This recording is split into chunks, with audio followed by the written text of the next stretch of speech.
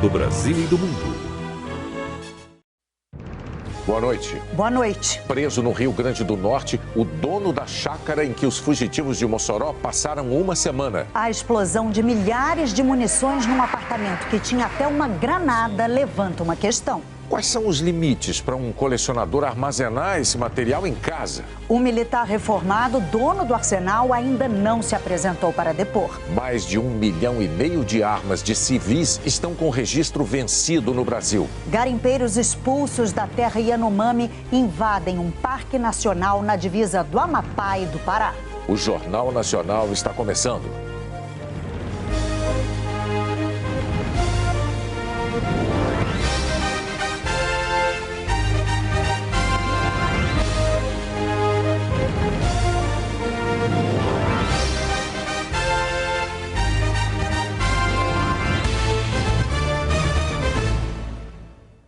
A polícia prendeu o dono de uma chácara, suspeito de esconder os 2 fugitivos da Penitenciária Federal de Mossoró, no Rio Grande do Norte.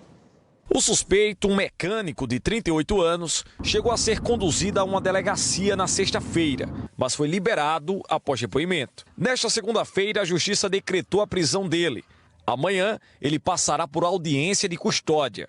A TV Globo apurou que o mecânico teria recebido R$5 mil para esconder Rogério da Silva Mendonça e Deibinson Cabral Nascimento nessa chácara, da qual é o dono. De acordo com os investigadores, os 2 ficaram na chácara do 4º dia da fuga do Presídio Federal de Mossoró até a última sexta. A casa está localizada em uma área isolada, em 3 veredas, a cerca de 10 quilômetros do centro de Baraúna, cidade do Rio Grande do Norte, que faz divisa com o Ceará. A porta principal do imóvel é monitorada por uma câmera. Dentro da casa havia 2 redes. Próximo ao esconderijo, os peritos identificaram este buraco, uma espécie de bunker. Segundo a polícia, Rogério e Deibinson cavaram um buraco para se esconder dos drones que detectam o calor humano. Os policiais também encontraram uma faca e restos de mantimentos. A força-tarefa encontrou um celular em uma das trilhas percorridas nas buscas. O aparelho foi roubado de um morador aqui de Baraúna na última quinta-feira. A polícia considera que há mais pessoas dando cobertura à fuga da dupla. O aparelho estava dentro da lama, muito sujo e sem o chip. Nesta segunda, os policiais estiveram em Vila Nova, na área rural de Baraúna, onde uma casa sofreu uma tentativa de arrombamento. A polícia suspeita que tenham sido os foragidos do presídio de Mossoró.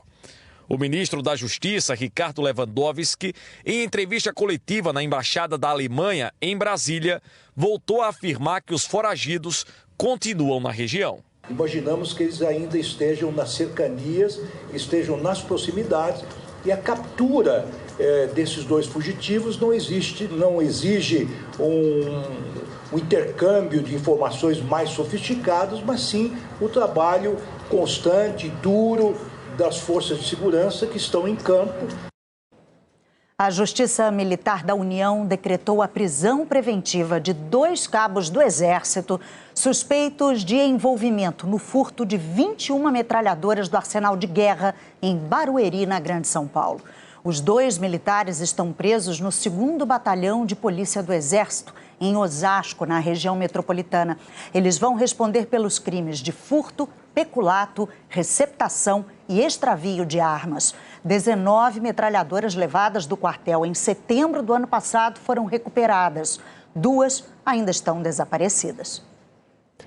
Em Campinas, no interior de São Paulo, já dura quase 48 horas a interdição do prédio onde houve uma série de explosões no fim de semana.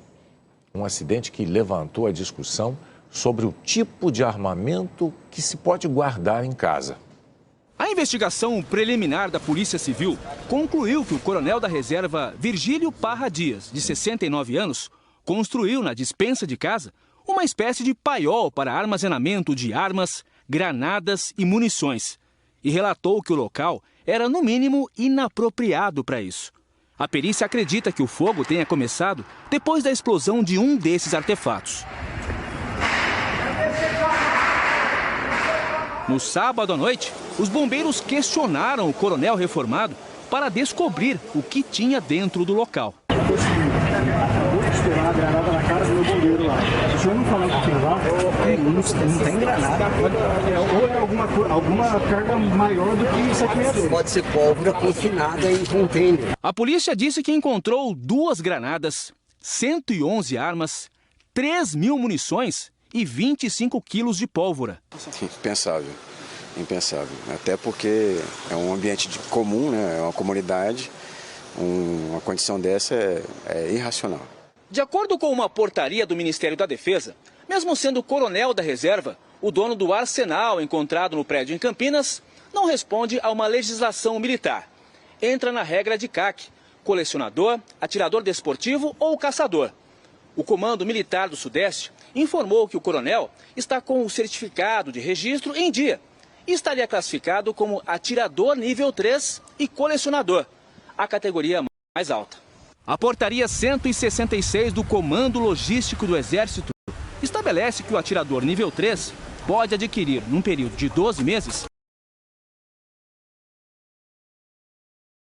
até 16 armas de fogo, 4 de uso restrito e as demais de uso permitido, se houver uma autorização do Exército.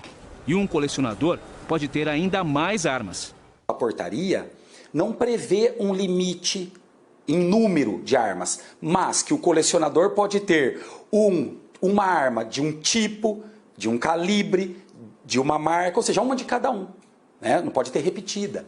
Então o colecionador, pela compreensão da lei, ele pode ter uma centena, milhares de armas, desde que seja uma de cada tipo. A lei também autoriza que o atirador nível 3 tenha até 20.000 cartuchos, mas não permite granadas. Artefato explosivo é proibido, é uma peça, um produto controlado e proibido até para colecionador. Aquela que é apta, né, a causar explosão. O Comando Militar do Sudeste informou que abriu um processo administrativo para averiguar possíveis irregularidades quanto à documentação do arsenal. O coronel reformado não é considerado foragido, mas a Polícia de São Paulo quer que ele dê explicações. E um levantamento da Polícia Federal mostra que um arsenal de mais de 1,5 milhão de armas de civis está em situação irregular no Brasil, com registro vencido. O Brasil tem hoje quase 2.900.000 armas de fogo cadastradas na Polícia Federal em nome de civis, como cidadãos comuns e servidores públicos, policiais, guardas municipais, que comprovem a necessidade de uso para a defesa pessoal. Desse total, segundo a PF, mais da metade está com os registros vencidos. São mais de 1.600.000 armas em situação irregular. O levantamento não inclui as autorizações para armas dos CACs, colecionadores, atiradores desportivos e caçadores, sob responsabilidade do Exército. Para renovar o certificado de registro de arma de fogo cadastrado na Polícia Federal, o proprietário não pode ter antecedentes criminais nem responder a inquérito policial ou processo criminal. Deve apresentar comprovação de trabalho e residência fixa, além de comprovar novamente capacidade para manusear a arma, como defende este instrutor de tiro. É primordial que a pessoa tenha capacitação técnica, que ela saiba sobre regras de segurança, que ela saiba como utilizar a arma, em que casos utilizar essa arma. Quando o registro perde a validade, o dono da arma é notificado pela Polícia Federal.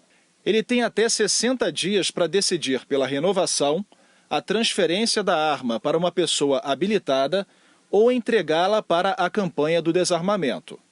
Se não atender a notificação, a PF abre um processo de cassação do registro, que também pode levar à apreensão da arma. No entanto, essas medidas já foram questionadas na Justiça e chegaram às Cortes Superiores.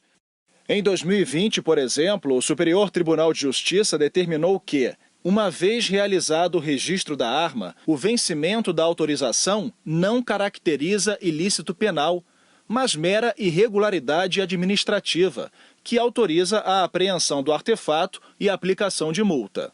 Nesse caso, o entendimento da Justiça é restrito ao delito de posse ilegal de arma de fogo e não se aplica ao crime de porte ilegal. Segundo a Polícia Federal, essas decisões dificultam a fiscalização dos agentes no controle das armas com autorização vencida. Como a falta de renovação da licença não é mais considerada crime, a PF alega que o caminho até a apreensão da arma pode ser muito mais demorado. Se antes a polícia abria um inquérito e pedia à justiça o mandado de busca, agora isso só pode ser feito depois da conclusão do processo administrativo que determine a cassação do registro. O chefe da divisão de controle de armas da PF diz que isso ajuda a explicar o número elevado de licenças expiradas. As pessoas não se sentiram mais obrigadas a renovar o registro porque praticamente ela está sujeita somente a sanções administrativas. A polícia perde instrumentos para adotar uma postura mais coercitiva em relação a essas pessoas. Então a fiscalização ela se limita apenas a uma notificação. A gente tem que estudar aí algum meio que possa, através de uma alteração legislativa, criar instrumentos mais coercitivos por parte do Estado para obrigar as pessoas a renovarem o registro. Ainda segundo o delegado, a partir de janeiro de 2025, a Polícia Federal vai ser responsável por um sistema único de controle que também vai integrar as armas dos CACs. O prazo para a unificação dos sistemas da PF e do Exército foi definido em um acordo entre os Ministérios da Justiça e da Defesa, após um decreto de julho do ano passado. Hoje, segundo o Exército, existem mais de 1.300.000 armas nas mãos dos CACs. No ano passado, quase 940.000 armas de CACs foram recadastradas, após uma determinação do governo federal. Elas foram adquiridas entre 2019 e 2022, período em que vários decretos do governo Bolsonaro haviam facilitado o acesso às armas. Este especialista ressalta que o controle rigoroso das armas é fundamental para a segurança pública. Manter o controle do acesso à arma de fogo, a rigidez do controle à arma de fogo no Brasil é fundamental para, no médio e longo prazo, a gente conseguir controlar a violência na sociedade como um todo. Atiradores executaram um advogado no centro do Rio de Janeiro. Rodrigo Marinho Crespo foi assassinado no fim da tarde em frente ao prédio onde fica o escritório de que é sócio, a 100 metros da sede da OAB. Testemunhas ouviram mais de 10 disparos e disseram à polícia que os assassinos chamaram o advogado pelo nome. Não roubaram nada e fugiram de carro. A polícia investiga o caso como execução. A OAB vai acompanhar as investigações. Nós voltamos em meio minuto.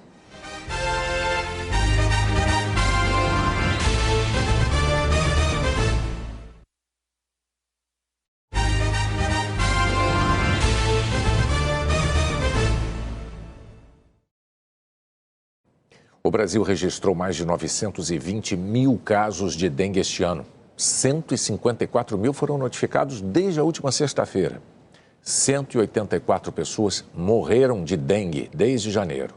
6 estados e o Distrito Federal já decretaram emergência por causa da dengue.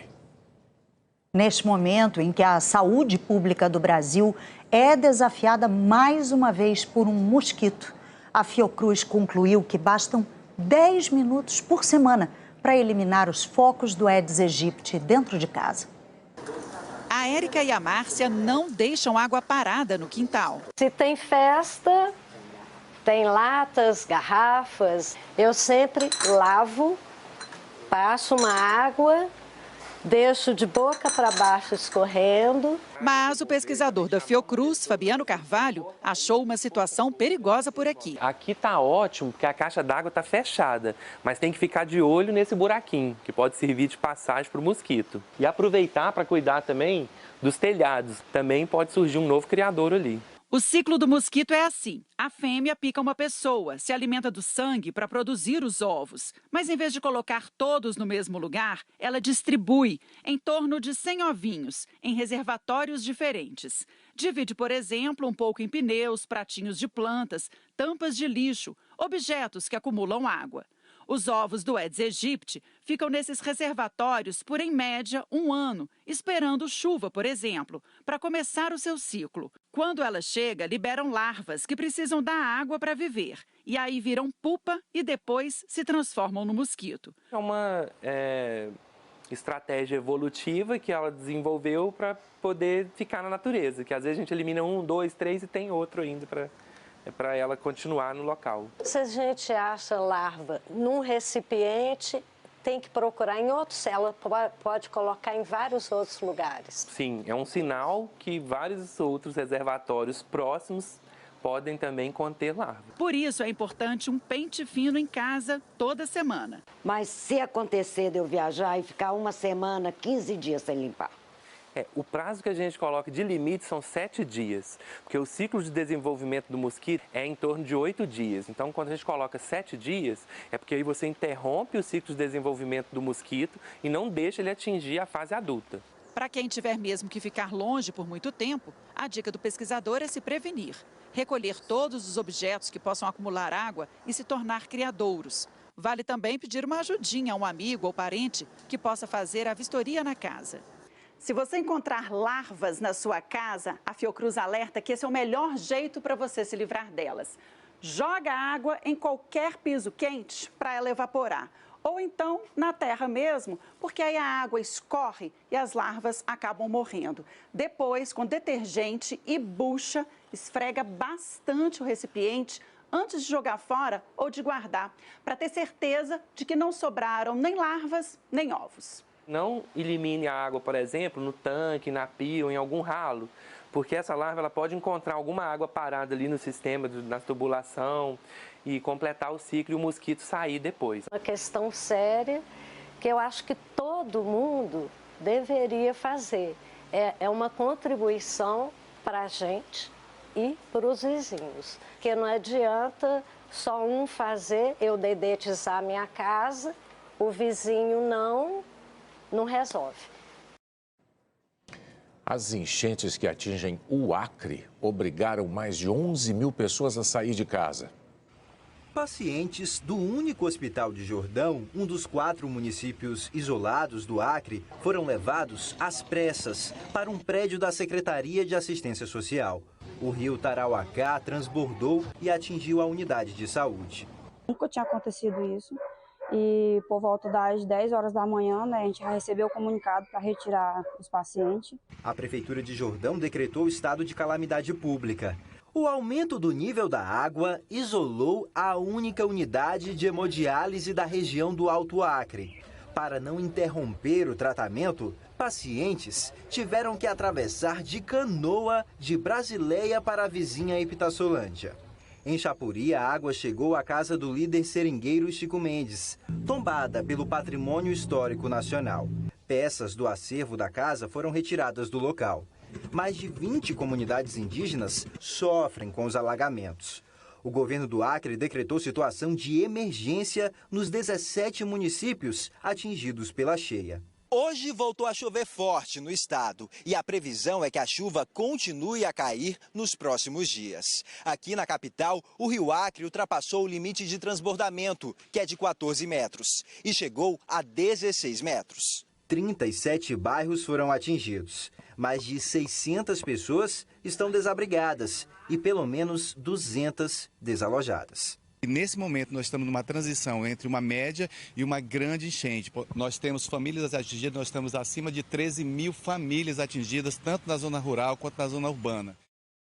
Vamos ver a previsão do tempo para amanhã? Eliana Marques, boa noite. Boa noite, Ana Luísa, Bonner, e para você. Nesse momento, as nuvens ainda estão carregadas em muitas regiões, onde a gente vê essas imagens coloridas. Parte do Acre, do Amazonas, sul do Pará, de Mato Grosso, centro-oeste da região sul, também do Rio Grande do Norte até o Maranhão. Aliás, este é o estado que tende a registrar a maior quantidade de chuva nos próximos dias. Das 17 estações do Instituto Nacional de Meteorologia, em 6, fevereiro já está mais chuvoso do que o normal, inclusive em São Luís. Do dia 1º até hoje, já choveu 327 milímetros e a média do mês é de 308. Até quinta-feira pode chover outros 130 milímetros, quase a metade disso somente amanhã. Há risco de alagamento, transbordamento de rio e deslizamento. Os meteorologistas preveem muita chuva também em João Pessoa, Natal, Fortaleza, Teresina. E além dessas capitais, há a possibilidade de tempestades no Amapá, no norte do Pará e do Amazonas e no sul de Roraima. Também no sul do Paraná, em Santa Catarina e no Rio Grande do Sul, onde a chuva intensa deve se concentrar na metade norte do estado. Ela inclui Porto Alegre e Santa Maria, com 50 milímetros cada. É muita chuva para um único dia. Em Santa Catarina, Araquari é a cidade com a maior probabilidade de deslizamento, segundo o Centro Nacional de Monitoramento e Alertas de Desastres Naturais. Florianópolis também pode ter fortes pancadas de chuva. No sul, as instabilidades se intensificam por causa de uma área de baixa pressão atmosférica. Ela faz a umidade do ar subir para a atmosfera juntamente com o ar quente. E nessa subida, as nuvens de tempestade se formam. Isso explica também a chuva na região norte, calor e excesso de umidade. Manaus e Belém são as capitais com previsão de mais chuva amanhã. Nas outras partes em verde, nesse mapa, no geral, é chuva mais rápida. Sol o dia todo, do oeste da Bahia ao leste de Mato Grosso e até o Espírito Santo. Vitória, Belo Horizonte, Goiânia e Brasília são as únicas capitais ensolaradas durante a terça-feira. Cuiabá, Campo Grande, São Paulo e Rio de Janeiro vão ter sol e calor também, mas não dá para descartar as pancadas de chuva de verão. Para você, até amanhã. Bonner, Ana Luísa. Obrigada, Eliana. Boa noite. E a seguir, garimpeiros expulsos da terra Yanomami avançam sobre um parque nacional entre o Amapá e o Pará.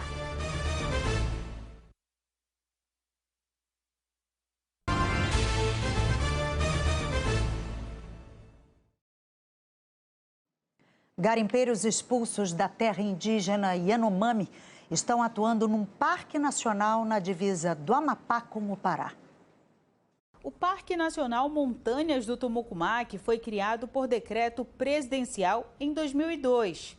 É o maior parque de floresta tropical do mundo e nos últimos anos enfrenta o avanço dos garimpos ilegais. Um monitoramento de satélites aponta que o desmatamento dentro do parque cresceu de forma expressiva em apenas um ano. Saiu de 30 hectares para 122 hectares. No entorno do parque existe o Garimpo do Lourenço, com mais de um século de atividade. Em 2021, a Agência Nacional de Mineração permitiu que o Garimpo do Lourenço funcionasse por 2 anos. Antes do fim do prazo, em setembro do ano passado, a cooperativa de garimpeiros solicitou uma nova autorização para continuar explorando na área. Essa animação do Instituto IEPE, a partir de imagem de satélite, mostra como os garimpos ilegais nos últimos 4 anos avançaram para dentro da unidade de conservação e não pararam mais. E colocaram em risco 3 dos maiores rios do Amapá, o Araguari, o Oiapoque e Jari. A Polícia Federal afirma que garimpeiros da terra indígena Yanomami, localizada entre os estados do Amazonas e Roraima, estão migrando à Venezuela, a Colômbia, o Peru, a Guiana Francesa e para o Parque do Tumucumaque. Desde janeiro do ano passado, as operações do governo federal expulsaram ao menos 20 mil garimpeiros das terras Yanomami. O Amapá e outras regiões históricas de garimpo na Amazônia, como a Bacia do Tapajós, a terra indígena Munduruku, a terra indígena Kayapó, acabam sendo lugares atrativos para os garimpeiros que estão saindo da terra indígena Yanomami em Roraima. A organização não governamental Greenpeace Brasil afirma que é necessário aumentar a fiscalização para combater não somente os problemas ambientais, mas também os sociais que o garimpo provoca na região. Não dá para a gente conviver mais com esse modelo de exploração que gera pobreza, gera desigualdade e gera concentração de renda. O ICMBio declarou que tem intensificado as ações contra o garimpo ilegal no interior do parque. E que no ano passado, em 2 operações na unidade, aplicou R$ 960 mil em multas. Apreendeu mercúrio e ouro e destruiu equipamentos dos garimpeiros. A cooperativa de mineração dos garimpeiros do Lourenço declarou que respeita as regras estabelecidas pela Agência Nacional de Mineração e que seus cooperados não atuam no parque. O governo brasileiro lançou hoje um programa com o objetivo de atrair financiamento estrangeiro para projetos de economia verde. O anúncio foi feito durante um evento que antecede a reunião de ministros de finanças do G20. O Fórum Brasileiro de Finanças Climáticas reúne organizações não governamentais dedicadas ao desenvolvimento sustentável e especialistas em sustentabilidade, mas também investidores e representantes de governos de países ricos que possam financiar uma economia verde, livre da emissão de gases do efeito estufa. Como anfitrião do encontro do G20, o Brasil disse que vai priorizar nas discussões medidas concretas para reduzir os efeitos das mudanças climáticas e anunciou um programa para atrair mais investidores estrangeiros. O Ministério da Fazenda e o BID, Banco Interamericano de Desenvolvimento, lançaram uma linha de crédito com proteção contra riscos cambiais a empresas brasileiras que buscarem empréstimos em dólar para projetos de transição ecológica, como a instalação em larga escala de painéis solares, por exemplo. Vai funcionar como um seguro que cobre as perdas do investidor em caso de forte desvalorização do real. Nós precisamos incrementar a taxa de investimento do país e o capital privado tem um papel essencial nisso. E o capital privado doméstico não vai dar conta de fazer isso sozinho. Nós precisamos também aí do apoio do capital externo. O Banco Central vai intermediar a relação entre os bancos que oferecerem o seguro e as empresas que tomarem o empréstimo. O presidente do BID destacou a importância de programas como esse para viabilizar a transição para uma economia que gere empregos e um futuro mais sustentável. Precisa de muitos recursos. E o que a gente conversou hoje é como fazer isso, como ser seletivo, como ter impacto, como usar os instrumentos que a gente tem para maximizar os recursos, tanto dos bancos como dos investidores privados para a América Latina, América do Sul, mas para o clima em geral. A ministra do Meio Ambiente, Marina Silva, disse que as economias que poluem mais precisam somar esforços. Se fizermos a correta integração entre esforço do setor público e esforço do setor privado, a gente pode fazer a diferença em uma agenda que é estratégica para a preservação do equilíbrio do planeta e, consequentemente, a manutenção da vida. Além das mudanças climáticas, o Brasil colocou o combate à pobreza e à desigualdade como pontos centrais das reuniões do G20. Na mesma mesa, os representantes das finanças dos 19 países mais ricos do mundo, de 2 grupos regionais, a União Africana e a União Europeia, além de organizações internacionais e países convidados. O encontro começou hoje em São Paulo para traçar estratégias e ações que serão tomadas em conjunto na economia mundial. O cenário escolhido foi o pavilhão da Bienal, no meio do Parque do Ibirapuera. Juntos, os países do G20 representam cerca de 85% de toda a economia do planeta e 2/3 da população mundial. Hoje e amanhã, os principais assessores fazem as primeiras reuniões para avaliar documentos produzidos por grupos de trabalho criados numa reunião anterior, em dezembro. Na quarta e na quinta-feira, os ministros das Finanças e os presidentes dos bancos centrais assumem as discussões. O ministro Fernando Haddad foi diagnosticado ontem com Covid e deve participar das reuniões por videoconferência. Os debates em São Paulo recebem o nome de Trilha de Finanças e fazem parte do extenso calendário de eventos relacionados ao G20. Todos eles antecedem o principal encontro da agenda deste ano, o de chefes de Estado, em novembro, no Rio de Janeiro. O governo brasileiro ocupa pela primeira vez a presidência do G20, que é rotativa, e por isso pôde definir os pontos prioritários para o debate. O governo brasileiro quer colocar o combate à desigualdade no centro das estratégias financeiras mundiais. Entre os temas definidos para a trilha de finanças do G20 estão os efeitos da desigualdade, o crescimento sustentável com geração de emprego, controle de inflação e estabilidade financeira, a tributação da riqueza como forma de financiar o combate à pobreza e melhores práticas para lidar com a dívida global crescente. A secretária de Assuntos Internacionais do Ministério da Fazenda, Tatiana Rosito, coordena a trilha de finanças. Ela ressalta as oportunidades que o Brasil pode ter com a presidência do G20. Isso nos dá uma oportunidade única de propor a nossa agenda, não é uma agenda brasileira, mas que também é uma agenda dos países em desenvolvimento e mais além, é uma agenda universal. Nós estamos tentando, através do diálogo e do consenso, buscar soluções, buscar o apoio do país e o compromisso dos países a soluções que possam vir ao encontro das aspirações. A seguir, o ministro André Mendonça autoriza empresas a renegociar os acordos de delação fechados com a Lava Jato. A Suécia, que tem tradição de neutralidade, recebe autorização para ingressar na OTAN.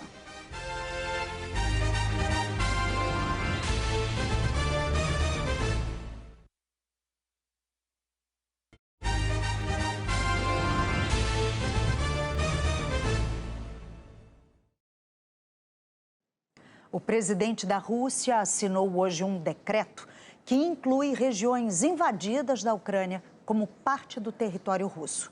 O decreto presidencial considera Donetsk, Luhansk, Zaporígia e Kherson como parte do Distrito Militar Sul da Rússia. A invasão da Ucrânia pela Rússia completou 2 anos. O parlamento da Hungria aprovou hoje a entrada da Suécia na OTAN. Era o passo que faltava para o país se tornar o 32º integrante da Aliança Militar do Ocidente. O convite formal vai ser feito pelo governo americano. A Suécia, historicamente, é um país neutro, mas depois da invasão da Ucrânia pela Rússia, decidiu pedir adesão à aliança em maio de 2022. O secretário-geral das Nações Unidas demonstrou preocupação com as consequências de uma possível operação de Israel por terra na cidade de Rafah, em Gaza. Diante do Conselho de Direitos Humanos, em Genebra, Antônio Guterres cobrou uma reforma de outro conselho, o de Segurança, que fica em Nova York. O secretário-geral da ONU afirmou que o órgão é frequentemente incapaz de agir nas questões mais significativas do nosso tempo. A falta de unidade diante da invasão da Rússia à Ucrânia e das operações militares de Israel em Gaza, depois dos horríveis ataques terroristas perpetrados pelo Hamas no dia 7 de outubro, minou gravemente, talvez fatalmente, a sua autoridade, disse Guterres. Ele também mostrou preocupação com as consequências de uma operação israelense em Rafah, no sul da faixa de Gaza, na fronteira com o Egito. Uma ofensiva total sobre a cidade seria não apenas aterrorizante para mais de 1 milhão de civis palestinos abrigados ali, como colocaria o último prego no caixão dos nossos programas de ajuda, afirmou. Hoje, quem representou o Brasil na abertura desta sessão aqui em Genebra foi o ministro dos Direitos Humanos. Em discurso, Silvio Almeida disse que não poderia deixar de registrar a profunda indignação com o que acontece neste momento em Gaza. Já em mais de uma oportunidade, condenamos os ataques perpetrados pelo Hamas e demandamos a libertação imediata e incondicional de todos os reféns. Mas também reitero nosso repúdio à flagrante desproporcionalidade do uso da força por parte do governo de Israel, uma espécie de punição coletiva. Depois, num evento paralelo sobre a situação nos territórios palestinos ocupados, Silvio Almeida afirmou que uma investigação é imprescindível. Podemos estar testemunhando o crime de genocídio, crimes de guerra e crimes contra a humanidade, tendo em vista as evidências de deslocamento forçado e limpeza étnica. Enquanto isso, na Cisjordânia, o primeiro-ministro Mohamed Shtayyeh anunciou sua renúncia. A autoridade palestina governa o território, mas perdeu o poder em Gaza para o Hamas em 2007. Pela primeira vez desde o começo da guerra contra o Hamas, aviões israelenses bombardearam alvos do Hezbollah, no leste do Líbano, em resposta à derrubada de um drone de Israel. O Hezbollah reagiu com dezenas de ataques de foguetes contra o norte israelense. O presidente americano Joe Biden afirmou hoje esperar que até a próxima segunda-feira se chegue a um acordo de trégua na faixa de Gaza. Representantes dos Estados Unidos, do Catar e do Egito atuam desde a semana passada em reuniões em Paris para mediar um acordo entre Israel e o grupo terrorista Hamas. O plano prevê um cessar-fogo de 6 semanas, uma troca de reféns em poder do Hamas por prisioneiros palestinos detidos em Israel e a entrada de comboios de ajuda humanitária em Gaza. A Suprema Corte dos Estados Unidos começou a julgar 2 ações que pretendem impedir redes sociais de bloquear usuários e retirar do ar publicações de discursos de ódio. As ações são de 2 estados comandados por governadores conservadores do Partido Republicano. O Texas e a Flórida argumentam que não pode haver qualquer tipo de mediação na internet. Já as empresas de tecnologia afirmam que, se não puderem remover conteúdos, as redes sociais seriam inundadas por discursos de ódio e que a proibição inviabilizaria os negócios porque dificultaria o direcionamento de postagens como de publicidade. O julgamento deve se prolongar até junho. O ministro do Supremo Tribunal Federal, André Mendonça, deu prazo de 60 dias para que 11 empresas possam revisar acordos de leniência fechados com a Operação Lava Jato. A decisão foi tomada durante uma audiência de conciliação. Os acordos de leniência são uma espécie de delação premiada das empresas, que revelam o que sabem sobre uma investigação em troca de punições menores. 11 grandes empreiteiras fecharam acordo com a Lava Jato e aceitaram devolver aos cofres públicos mais de 8 bilhões de reais, depois que executivos confessaram a formação de cartel em contratos da Petrobras e o desvio de dinheiro público. No ano passado, os partidos PSOL, PCdoB e Solidariedade pediram ao Supremo que suspendesse indenizações e multas em todos os acordos da Lava Jato celebrados antes de 6 de agosto de 2020, data em que a Controladoria Geral da União, a Advocacia Geral da União, o Tribunal de Contas da União e o Ministério da Justiça assinaram um termo de cooperação técnica. Um entendimento que estabeleceu que a AGU e a CGU são as responsáveis pela condução e celebração dos acordos de leniência. Na ação, os partidos criticam os acordos da Lava Jato porque, segundo eles, foram fechados antes dessa data e tiveram o Ministério Público Federal como o principal responsável. Os partidos pedem que os acordos sejam repactuados com a participação dos órgãos de controle, como a CGU.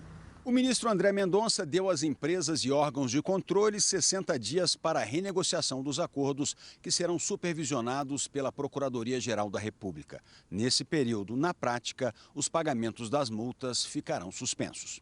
Na audiência, o ministro afirmou que a conciliação proposta não servirá para um revisionismo histórico, e sim para assegurar uma negociação com base nos princípios da boa-fé, da mútua colaboração, da confidencialidade, da razoabilidade e da proporcionalidade. A decisão de Mendonça vale para todas as empresas, inclusive para a Nova Honor, antiga Odebrecht e a JF, que no fim do ano passado já tiveram as multas suspensas por decisão do ministro Dias Toffoli.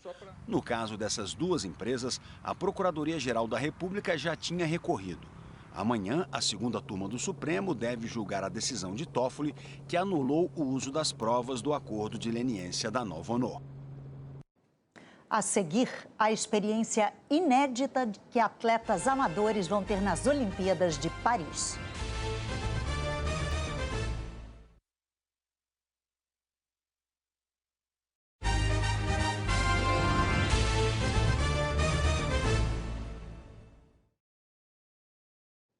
Atletas amadores do mundo todo vão poder viver uma experiência única nos Jogos Olímpicos de Paris. Correr diante de um cenário inspirador. Rotina no Rio de Janeiro, que vai se repetir em outra cidade onde sobram cartões postais. Eu vou correr em Paris, vou fazer uma maratona em Paris. A Paula faz parte de um grupo de privilegiados, atletas amadores selecionados para participar de algo inédito na história olímpica.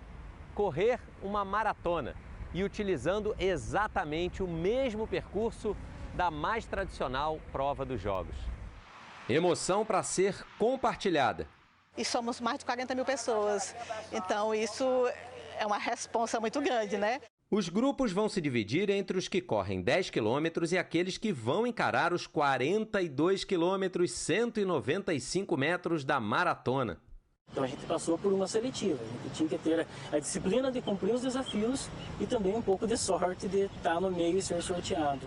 Desde 2019, as vagas vêm sendo preenchidas por quem aderiu ao projeto Maratona para Todos, cumprindo treinos propostos por meio de um aplicativo ou do site oficial do programa.